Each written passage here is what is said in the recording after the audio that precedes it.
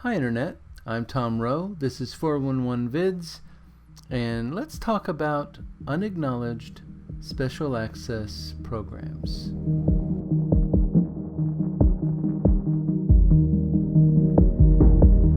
Our government has been involved in trillions of dollars worth of unacknowledged special access programs, SAPs, sometimes called black programs. In the councils of government, we must guard against the acquisition of unwarranted influence, whether sought or unsought, by the military-industrial complex. The potential for the disastrous rise of misplaced power exists and will persist. We must never let the weight of this combination endanger our liberties or democratic processes. That was the moment Americans became familiar with the concept of military-industrial complex. According to the leaked information provided by Edward Snowden in 2013, $52.6 billion was set aside for operations like these. If you do some basic math, it isn't difficult to come to the thousands of billions, or trillions, of dollars described by the Honorable Paul Hellyer in his keynote speech at the X Conference in 2008. It is ironic that the U.S. should be fighting monstrously expensive wars in Iraq and Afghanistan, allegedly to bring democracy to those two countries, when it itself can no longer legitimately claim to be called a democracy, when trillions, and I mean thousands of billions, of dollars have been spent on projects about which both the Congress and the Commander-in-Chief have been kept deliberately in the dark.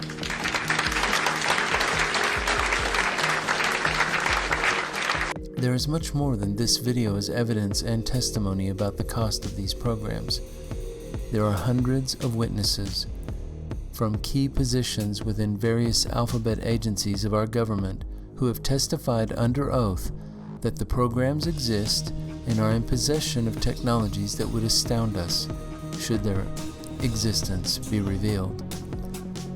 This cost is more than just the dollars extracted from the hardworking people of the United States. It is the cost to our planet in terms of the devastation caused by our devotion to a primitive fossil fuel economy, when alternatives have been in use by government black projects since the 50s. Alternatives that not only eliminate the need for roads, but have given us the capability to reach the stars by using electrogravitic, magnetogravitic propulsion and energy systems. An example of this can be seen in something called the Hutchison effect. Canadian scientist John Hutchison is the discoverer of what is now known as the Hutchison effect. He was the first scientist to change the frequency of mass from a low 7 to 8 Hertz wave state to a higher frequency. He did this in an amazing experiment where he bombarded a 75-pound cannonball with high-frequency waves produced by Tesla coils, radio waves, and Van de Graaff waves.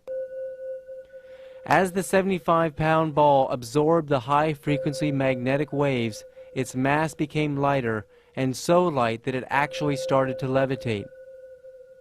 If we can change the frequency of mass into a high-frequency wave state, it can eventually turn into a form so light that the energy required for propulsion for a spacecraft would reduce or become more efficient and allow us to experience less and less inertia, therefore experience less G-force in spaceflight. If mass could become so light that it became as light as a photon, mass or spacecraft could attain the speed of light with very little energy in the form of actual propulsion. You might reasonably ask, why would something so useful be hidden? Dr. Stephen Greer describes the early days of our experience with technology that was acquired through special access programs. And I think in the early days, I'm talking the 1930s, 1940s, they didn't really know what they were dealing with. I think that they also didn't know why these visitors were here. For example, the big increase in all the sightings around the world happened at the time when we began to detonate nuclear weapons. This is not an accident. You combine going into space, the early stages of space travel, and the use of hydrogen bombs and nuclear weapons, and a civilization on Earth that was still very violent as you look around the Earth even today, of course. So this is something that any enlightened or even self-interested civilization observing the Earth, which I think we've been under observation for thousands of years, would be greatly concerned.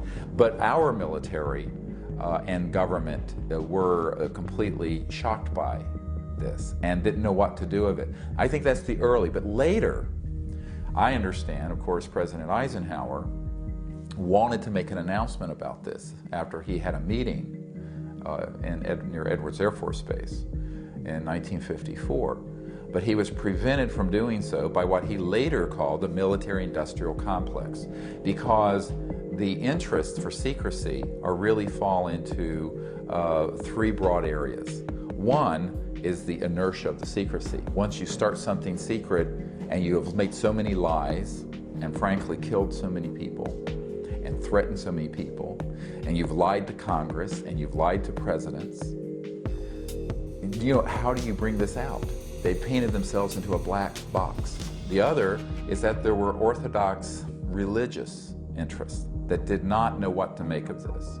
And today, most mainstream religious groups would say, well, there's one supreme being in the universe, and there are many children of God, and we're all children of God. This is what Monsignor Balducci said when we interviewed him at the Vatican. But the orthodox and fundamentalists would view this in a very disturbing way, because it would upset their worldview.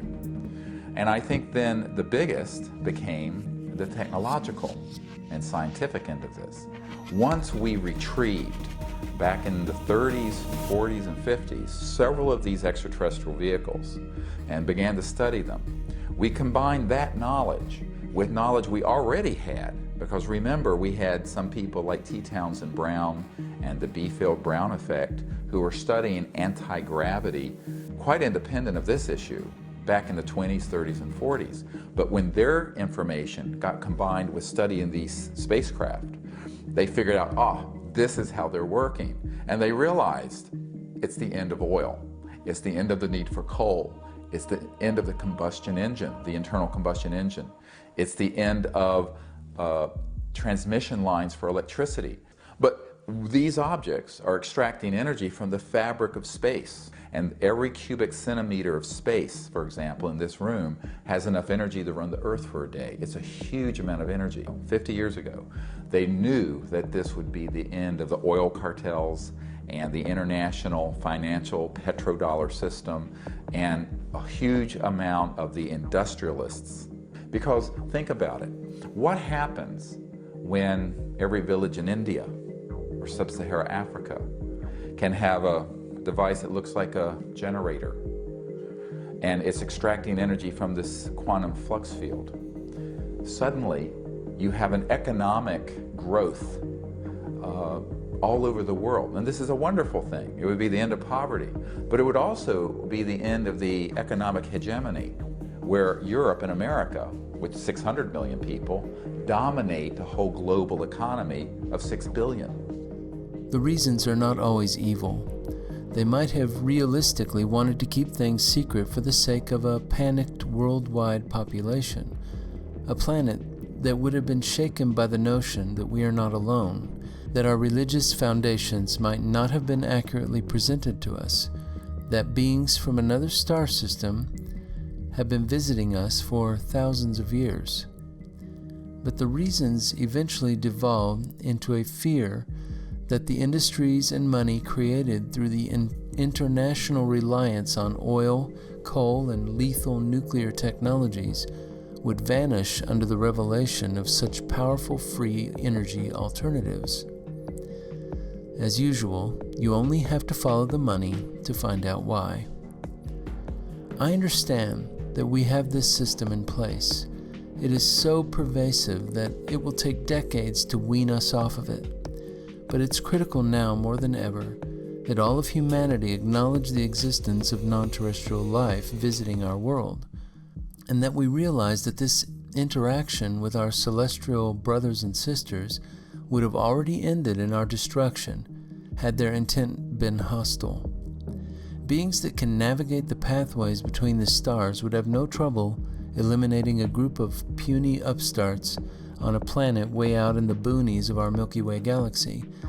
They have not, because they are not hostile. So lately, we've been getting warnings from the likes of Stephen Hawking, saying that aliens visiting Earth will more than likely treat us like the Europeans treated the natives of the lands they conquered. Since there is plenty of evidence revealing thousands of years of interaction with non-terrestrials, these warnings make me wonder about what threat they are really referring to. Dr. Stephen Greer has an answer that is compelling. In a recent video, he warns that there is an imminent human-originated attack being planned using spacecraft created by those very same black program groups. Craft, like the TR-3B, it's been spotted all over the world, exhibiting capabilities such as predator-like cloaking technology, silent electrogravitic propulsion. It is also rumored to have the capability to travel to and from space. If hundreds of those things started showing up around the globe, it might generate a panic that could trigger an escalation of the military-industrial complex and cause constitutional rights to be suspended so that a transnational government can protect us from the alien aggressors. This would be the ultimate false flag, and it has been predicted by some very important people in our space program, as described by Dr. Carol Rosin from her conversations with Wernher von Braun, a former Nazi scientist that developed the V2 rocket for them, and then the Saturn V rocket for NASA as chief architect. The strategy that Wernher von Braun taught me was that first the Russians are going to be considered to be the enemy. In fact, when I met him in '74, they were the enemy, the identified enemy. We were told that they had killer satellites. We were told that they were coming to get us and control us, the dirty commies, that whole story. First, the Russians were the enemy against whom we're going to build space-based weapons. Then terrorists would be identified, and that was soon to follow. We heard a lot about terrorism. Then we were going to identify third world country crazies. We now call them nations of concern. But he said that would be the third enemy against whom we would be needing to build space-based weapons. And the next enemy was asteroids. Now at this point, he kind of chuckled the first time he said it. Asteroids, against asteroids, we're going to build space-based weapons. So it was funny then. And the funniest one of all was against what he called aliens, extraterrestrials. That would be the final card. And over and over and over, during the 4 years that I knew him and was giving his speeches for him, he would bring up that last card. And remember, Carol, the last card is the alien card. We're going to have to build space-based weapons against aliens, and all of it, he said, is a lie. So this video is a cautionary tale. If you see something that resembles a spaceship, but could probably have been built by a secret unacknowledged special access program, don't take the bait. If it looks like a machine, then we created it. In March or April of 2017, Dr. Stephen Greer is releasing a new documentary called Unacknowledged. It will have never-before-seen interviews with industry insiders, some of which would not allow their information to be revealed until they had passed, due to concerns about their safety and the safety of their friends and family.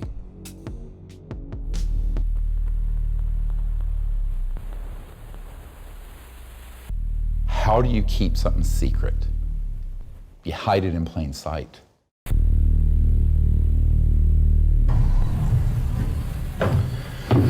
There were bodies that were involved with some of these crashes, also some were alive. I said, well, you're going to tell the public about it. And he says, no, we don't tell the public about this. It would panic the public. And you know, there's a new name. It's unexplained aerial phenomenon. I'm a doctor in an ER, taking care of shootings and stabbings and car wrecks. And I'm being asked to brief the CIA director on stuff because he and the president are being lied to? What? And he said, by the way, we've discovered a base on the backside of the moon. And I said, whose? If the average person knew that the term UFO was actually concocted after they knew that they were extraterrestrial vehicles or man-made anti-gravity devices, they would realize that for 60 years we've already had the solution to the environmental crisis, the energy crisis, and global poverty. The most dangerous thing going on the planet today isn't ISIS, it's not Iraq, it's not Russia, it's not China. It's a out-of-control, covert group that is not being overseen by the people, the Congress, or the president, who have developed these technologies and are recklessly using them to track and target extraterrestrial vehicles. The result of this is that we're in a crisis that is unacknowledged, ironically, because these projects are unacknowledged. I occasionally think how quickly our differences worldwide would vanish if we were facing an alien threat from outside this world. There is no threat, and we have to prevent the weaponization of space. So either they don't exist, but if they are, they're a threat. So this is the 1-2 punch that's been going on, unfortunately, for 60-some years. He said, do you know why they killed Marilyn? Mr. President, the late Marilyn Monroe. And I said, well, I didn't until I got this document. It's a virtual death warrant. When they found out that Tesla had passed away, they came in, they had the manager of the hotel open the safe, and they took all of Tesla's papers. Now, a lot of people say, oh, well, that's an urban myth or a conspiracy theory. I say, like the hell it is.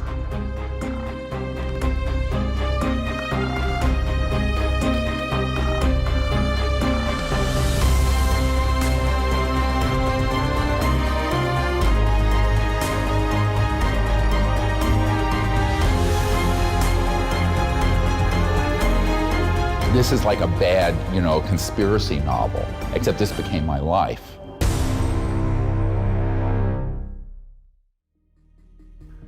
Well, that's all I have today. If you like what you've seen here and you'd like to see more, please give me a thumbs up and hit the subscribe button if you haven't already done so, and the little alarm bell so that you can be notified when I post new videos every week.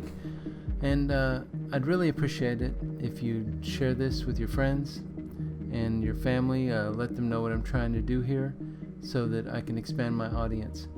That's it for today, and have an awesome week, and be safe, Internet. Goodbye.